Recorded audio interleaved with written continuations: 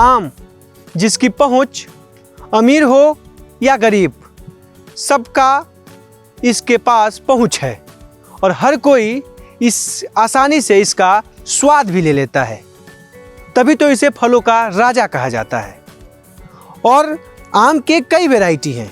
अगर आप बिहार में भी आएंगे तो क्षेत्र वाइज आम के अलग अलग वैरायटी हैं, जिनका अपनी एक अलग पहचान है, एक अलग पकड़ है अपने लोगों के बीच में, जो उस आम की वैरायटी का स्वाद लेते हैं और उसकी ही मांग करते हैं।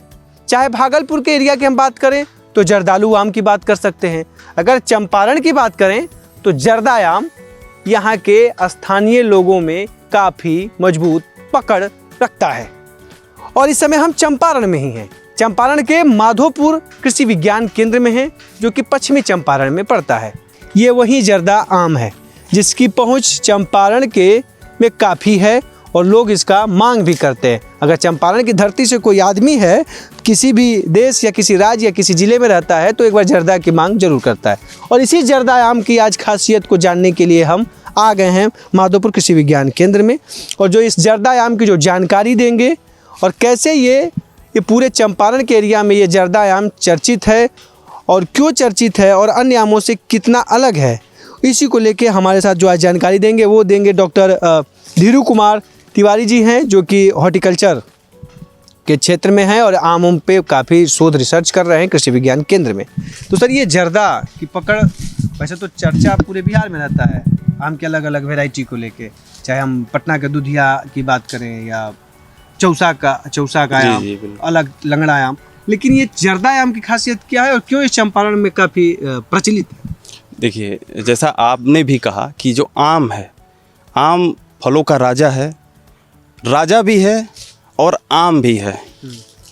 आम है तभी आम आदमी की पहुंच में भी है, और गुणों की खान है, इसके कई सारे गुण हैं। और पूरे भारतवर्ष में तमाम तरह की प्रजातियां हैं आम की, अलग अलग क्षेत्रों में अलग अलग उनकी जो गुणवत्ता है उसके साथ में लोग उसको पसंद करते हैं। यहाँ तक कि हमारे देश के जो कुछ प्रजातियां हैं विदेशों तक में भी काफ़ी प्रचलित हैं। उसी प्रकार से अगर बिहार की हम बात करते हैं तो बिहार में भी बहुत सारी प्रजातियां हैं, और बिहार की भी कुछ प्रजातियां हैं जो पूरे देश में विदेशों में भी काफ़ी प्रचलित हैं। उसी में से एक जो हमारा क्षेत्र है चंपारण, चंपारण के क्षेत्र में जो अपनी विशेष पहचान रखने वाला आम है वो जर्दा है। बहुत से लोग कंफ्यूज हो जाते हैं जर्दा में और जर्दालू में। अच्छा, ये मैंने काफ़ी लोगों को देखा है कि जर्दा और जर्दालू में कंफ्यूज रहते हैं। तो आज मैं इस चीज़ को क्लियर कर देना चाहता हूँ कि जर्दालू जो है वो बिहार के पूर्वी भाग में भागलपुर के क्षेत्र में ज़्यादा उसका उत्पादन किया जाता है, वहाँ पे वो काफ़ी प्रचलित है। उसमें उसको अभी जर्दालू को जीआई टैग भी मिल चुका है। जबकि जो जर्दा है वो बिहार का जो उत्तरी पश्चिमी हिस्सा है जहाँ पे चंपारण स्थित है, यहाँ की ये प्रचलित प्रभेद है, प्रजाति है। इसका भी लगातार प्रयास किया जा रहा है कि इसको भी जीआई टैग मिल जाए, क्योंकि इसकी जो गुणवत्ता है, इसकी जो विशेष गुण है, इसके लिए ये विशेष हो जाता है। अब जहाँ तक इसकी विशेषता की बात है, चूँकि सबसे बड़ी बात तो ये है कि ये जो चंपारण में ही सबसे ज़्यादा इसका उत्पादन किया जाता है, या इसके बाग बगीचे मिलेंगे आपको। चंपारण से बाहर इसका इक्का दुक्का आपको पेड़ पौधा कोई लगाया हुआ मिल सकता है आपको, लेकिन वो स्वाद, वो गुणवत्ता शायद ही चंपारण के बाहर आपको देखने को मिले। तो इसलिए ये इसकी विशेषता जो है चंपारण में ज़्यादा हो जाती है। दूसरी सबसे बड़ी ये शायद हो सकता है, ये रिसर्च का विषय हो सकता है कि क्यों ये चंपारण में ही ज़्यादा होता है, इसके बाहर ज़्यादा नहीं होता है। शायद हो सकता है कि इसका भौगोलिक एरिया जो चंपारण का है नेपाल का तलहटी में है, नेपाल की जो पहाड़ियाँ हैं वहाँ से इसको विशेष प्रकार का जो जलवायु है वो मिल पाता हो। जो यहाँ पे चंपारण में छोटी छोटी पहाड़ी नदियाँ आती हैं वो विशेष प्रकार के मिनरल्स लेके आती हो, चंपारण की मिट्टी को इस जर्दा आम के लिए अनुकूल बनाती हो। चाहे दक्षिण में बात करें कि नारायणी नदी है, उसका कुछ प्रभाव इस पे पड़ता हो। तो बहुत सारे पहलू हो सकते हैं, ये रिसर्च का विषय हो सकता है। लेकिन इसकी विशेषता जो है वो है, विशेषता में जो सबसे बड़ी बात एक आती है कि बताइए सर, जो नजदीक इधर आते हैं जी, बिल्कुल। करते हैं हम जैसे इसको देख सकते हैं, यहाँ पे सर। जी हाँ, अगर जी। स्टैंडर्ड साइज की बात करते हैं, इसमें क्यों हम लोग बात कर रहे हैं कि इसको अगर जीआई टैग मिला तो एक ये बहुत बड़ा कदम हो सकता है यहाँ के किसानों के लिए। जीआई टैग अगर मिलता है तो वहाँ के किसानों का स्पेशली जिस चीज़ को जीआई टैग मिलता है तो उसकी बाज़ार डिमांड जो है वो बढ़ जाती है। अगर इसको जीआई टैग मिलता है तो निश्चित रूप से इसका एक्सपोर्ट विदेशों तक भी भेजने लायक हो सकता है, इसलिए कि जो विदेशों में रिक्वायरमेंट होता है उस पे ये लगभग खरा उतरता है हमारा प्रजाति। खासियत बताइए सर। खासियत जो है इसका सबसे पहला साइज, उस साइज जो है एक जैसे हमारे यहाँ से जो हमारे देश से सबसे ज़्यादा एक्सपोर्ट होने वाली आम की प्रजाति है अल्फांसो है, तो लगभग उसके आसपास इसका भी साइज होता है। दूसरा इसका कलर ये अभी तो पका नहीं है, अभी मेच्योरिटी की तरफ बढ़ रहा है, कच्चा है, तो इस स्थिति में ये हरा रंग है, इस पे छोटे सफ़ेद रंग के डॉट्स बने हुए हैं। लेकिन जो ही ये मेच्योरिटी की तरफ बढ़ेगा, जब ये पकना शुरू हो जाएगा तो इस पे पूरा पीला रंग, एकदम पूरा आम पे पूरा पीला रंग का ये आम ये पूरा बदल जाएगा, ये पीले रंग का आम एक हो जाएगा। दूसरा सबसे बड़ी बात क्या है, अगर किसी रूम में पके हुए जर्दा आम को आप रख दीजिए, 2 आम 3 आम अगर आप रख दिए तो पूरा रूम जो होगा वो पूरा जर्दा आम की खुशबू से भर जाएगा, अपने सुगंध के लिए। और एक विशेष इसका जर्दा नाम क्यों है, तो ये जैसे इसका हालांकि प्रामाणिकता तो कोई नहीं है, लेकिन जो यहाँ पे स्थानीय लोग बताते हैं वो इसलिए है कि इसकी जो सुगंध होती है, जो जर्दा पान मसाला वगैरह में यूज होता है, कुछ उसका जो सुगंध होता है उससे मैच करता है, मिलता जुलता है। इस वजह से यहाँ के स्थानीय लोग इसको जर्दा बोलते हैं। तो ये इसका विशेष प्रकार का सुगंध, इसका रंग और इसका स्वाद, मिठास जो है, मिठास स्वाद, सबसे बड़ी बात है कि जो एक मीठापन और खट्टापन का जो रेशियो होना चाहिए वो भी इसका काफ़ी बढ़िया है, जिस वजह से इसकी जो क्वालिटी है वो काफ़ी विशेष हो जाती है। प्रोडक्शन का यील्ड क्या है सर?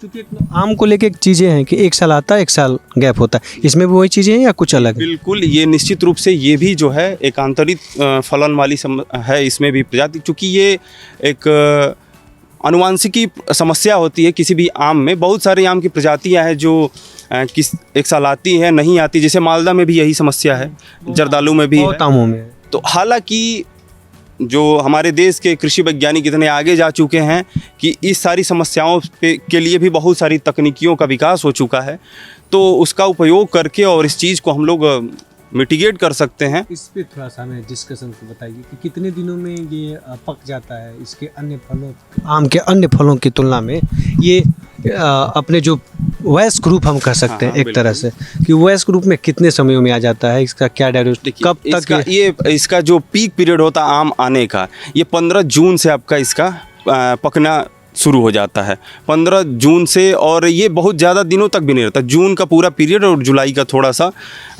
पहला भी कह सकते हैं, पहला हफ्ता कह सकते हैं, वहाँ तक तो थोड़ा सा पहले है। बाकी जैसे दूसरे डंका वगैरह हो गया, मतलब जून का स्टार्टिंग से कह सकते हैं और मतलब शुरू हो जाता है पकना, लेकिन पीक पीरियड जो है 15 जून के बाद से इसका अचार में भी लोग उपयोग करते हैं, अचार में यूज होता है। लेकिन सबसे बड़ी बात यह है कि इसकी डिमांड इतनी ज़्यादा पके हुए आम की है और इतनी ज़्यादा हाई मूल्य पे इसकी बाज़ार में डिमांड होती है कि ये मिलता नहीं है। अगर पेड़ का पका आम लोग ढूंढते हैं कि हमको कार्बाइड से पका हुआ आम न मिले, जो आर्टिफिशियल पकाया जाता है, तो ये मिलता नहीं है। ये कभी कभी 200 रुपये किलो तक भी बिकता है यहाँ के स्थानीय बाज़ार में। और यहाँ सबसे बड़ी बात है कि यहाँ के आम को राष्ट्रपति तक को यहाँ भी भेजा जाता है, उनको उपहार स्वरूप। यहाँ की खासियत का जो ये जाता है, लगभग हर साल यहाँ का आम भेजते हैं, केवीके के द्वारा नहीं, जिला प्रशासन के द्वारा भेजा जाता है, तो इसलिए ये बहुत ही मशहूर है।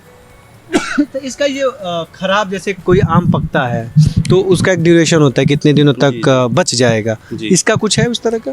देखिए लाइफ लॉन्ग, मतलब पकने के बाद कितने दिनों तक बेहतर? देखिए, सबकी अपनी अपनी क्वालिटी होती है, इसीलिए विशेष अब जैसे आपका मालदा है, चाहे मल्लिका की हम बात कर लें, तो मल्लिका की जो कीपिंग क्वालिटी है जो भंडारण की क्षमता है वो काफ़ी ज़्यादा है, क्योंकि उसका छिलका जो होता है वो काफ़ी मोटा होता है, जिस वजह से उसका स्टोरेज लाइफ बढ़ जाता है।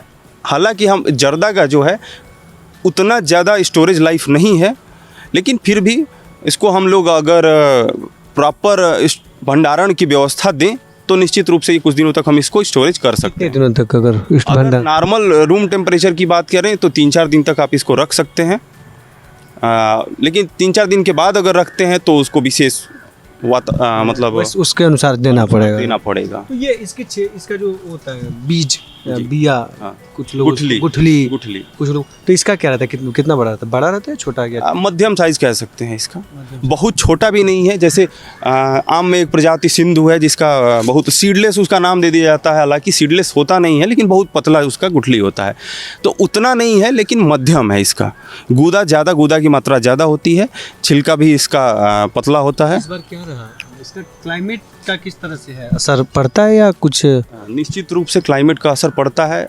इस बार जो ड्राई स्पेल काफ़ी रहा, यानी कि शुष्क मौसम काफ़ी दिनों तक रहा है, इस वजह से जो इसका परिपक्वता है उसमें थोड़ी समस्या आ रही है। दूसरा, फल के गिरने में भी काफ़ी देखा जा रहा है कि फल बहुत ज़्यादा गिर रहा है इस बार, तो ये समस्या है। दूसरा, कुछ कीड़े जो हैं जो इसको प्रभावित करते हैं, उसका भी प्रकोप इस बार काफ़ी देखा जा रहा है। तो निश्चित रूप से जो इसकी बागवानी करने वाले किसान हैं कुछ प्रभावित तो ज़रूर होते हैं। जी हाँ, ये है जर्दा आम और चंपारण का जर्दा आम।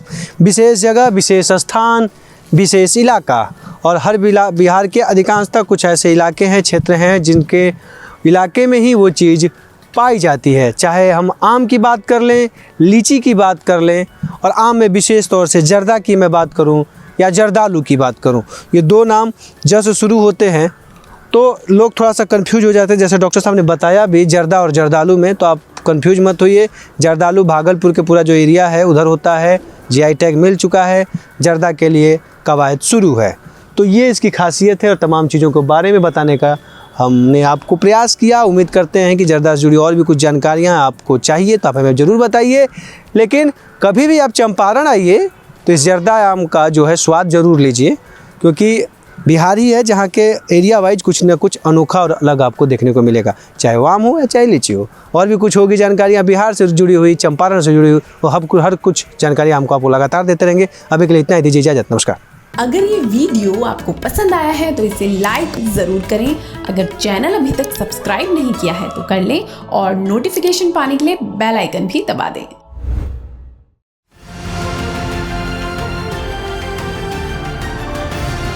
किसान तक खाना है तो उगाना है, किसान तक खाना है तो उगाना है, किसान तक खाना है तो उगाना है, किसान तक खाना है तो उगाना है, किसान तक खाना है तो उगाना है, किसान तक खाना है तो उगाना है।